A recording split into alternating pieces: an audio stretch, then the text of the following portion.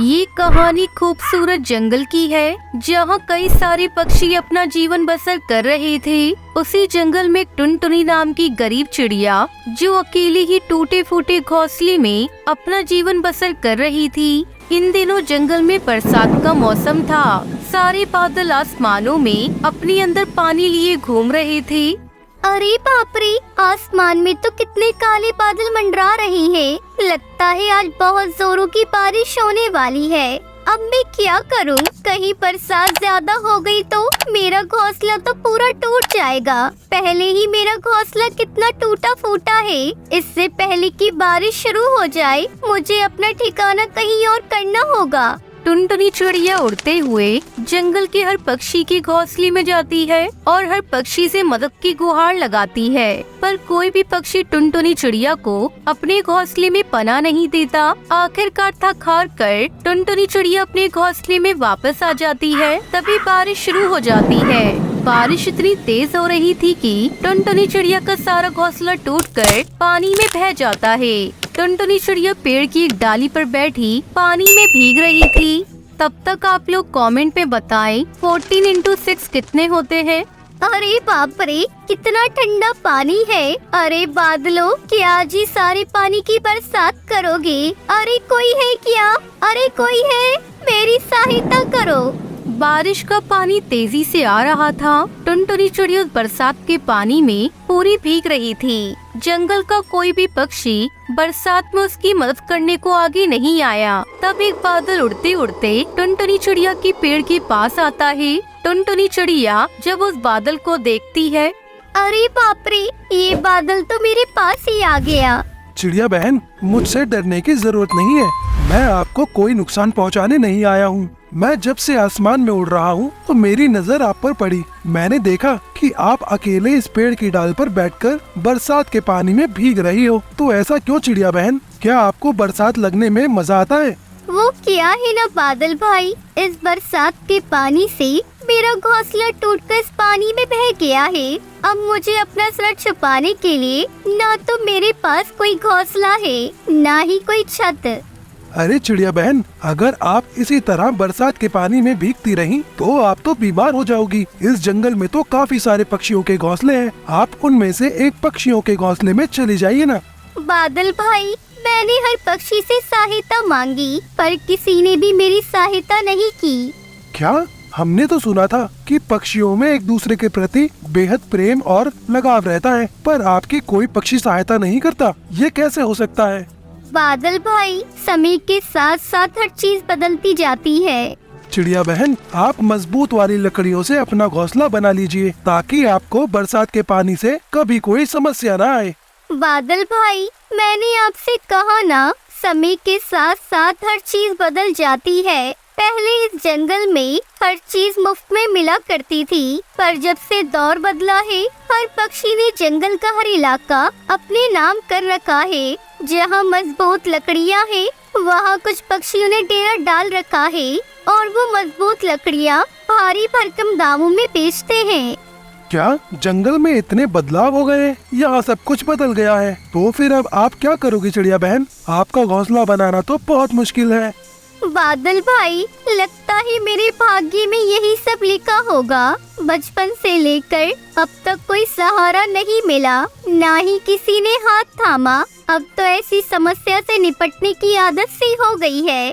चिड़िया बहन, आपको इस तरह तकलीफ में देखकर मुझे बहुत तकलीफ हो रही है। आप एक काम करिए, आप मेरे ऊपर ही अपना एक छोटा सा घोंसला बना लीजिए। ये कैसे संभव है बादल भाई?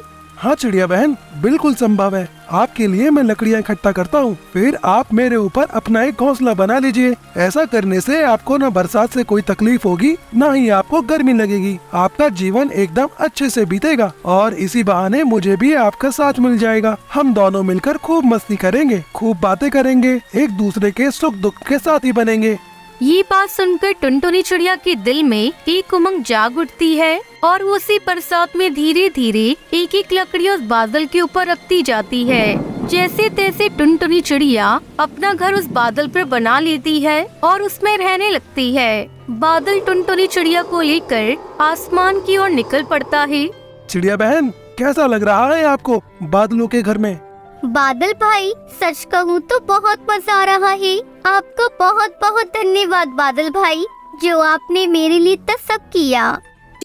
सुंदरवन जंगल में टुनटुनी चिड़िया अपनी बेटी लूसी के साथ रहती थी। उसके पति की मौत 2 साल पहले बस दुर्घटना में हो गई थी। टुनटुनी चिड़िया बहुत ही गरीब थी। अपने पति की मौत के बाद वो घर चलाने के लिए मजदूरी करने लगी।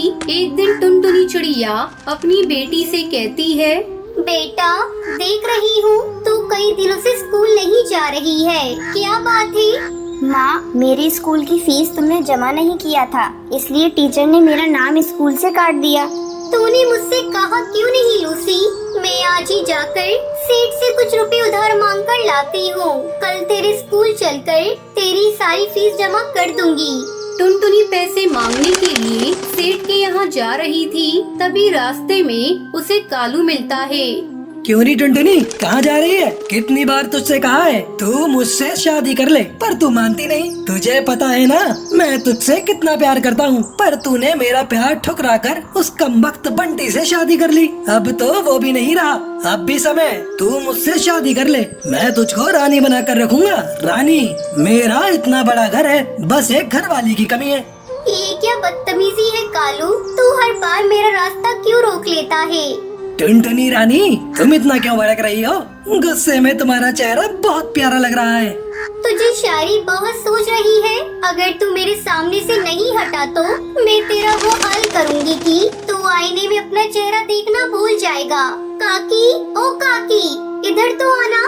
ये देखो, ये कालू मेरे साथ छेड़खानी कर रहा है। क्या रे छिचोरे, तू क्यों इस बेचारी को छेड़ रहा है? चल भाग यहाँ से, नहीं तो मैं मार मार कर तुझे गंजा कर दूंगी।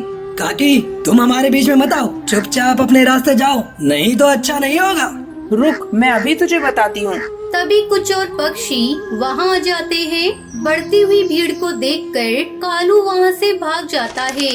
इस घटना से टुनटुनी बहुत चिंतित हो जाती है। किसी तरह अपने आप को संभाल कर वो कड़कनाथ सेठ के पास जाती है और उनसे कुछ रुपए उधार मांग कर ले आती है। ये देख लूसी बेटा, मैं पैसे उधार लेकर आ गई। अब मैं कल चलकर तेरे स्कूल में तेरा दाखिला फिर से करवा दूंगी। मैं चाहती हूँ तो खूब पढ़े, मेरी तरह अनपढ़ ना रहे।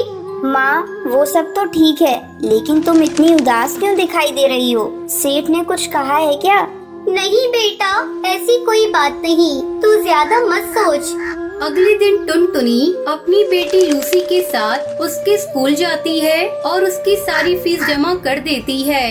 जब वो वापस घर लौट कर आती है तो देखती है उसका घर पूरी तरह से टूट चुका था। ये क्या हो गया? हमारा घर कैसे टूट गया? ना आंधी आई है ना तूफान, फिर ये सब कैसे हो गया? मुझे तो लगता है बेटा ये काम उस कालू का है। कल जब मैं पैसे लेने सेठ के यहाँ जा रही थी तब उसकी मुझसे लड़ाई हुई थी। अब हम लोग यहाँ नहीं रहेंगे, चल जल्दी यहाँ से कहीं और चलते हैं। लेकिन हम लोग कहाँ जाएंगे माँ? बेटा, हम लोग इतनी दूर जाएंगे जहाँ इस कालू का साया भी नहीं मिलेगा। फिर दोनों अपने घर को छोड़कर दूसरे जंगल में चली जाती हैं और एक सुरक्षित जगह की तलाश करने लगती हैं। अचानक उसे एक जगह पर पुरानी कुछ बोतल दिखाई देती है। तभी टुनटुनी चिड़िया लूसी से कहती है, बेटा लूसी, ये बोतल, यहाँ कितनी सारी बोतल है, अब हम इनसे नया घर बनाएंगे।